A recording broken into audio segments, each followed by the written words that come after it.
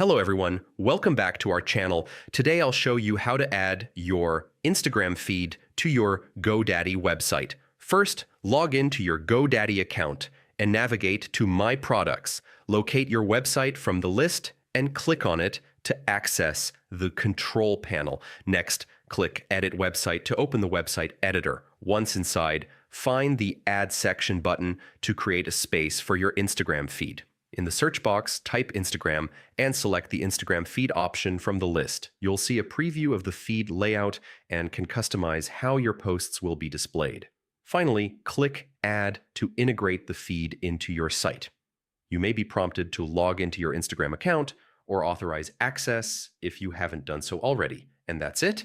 Your Instagram feed is now live on your Godaddy website, helping you engage visitors and showcase your latest posts. Thanks for watching.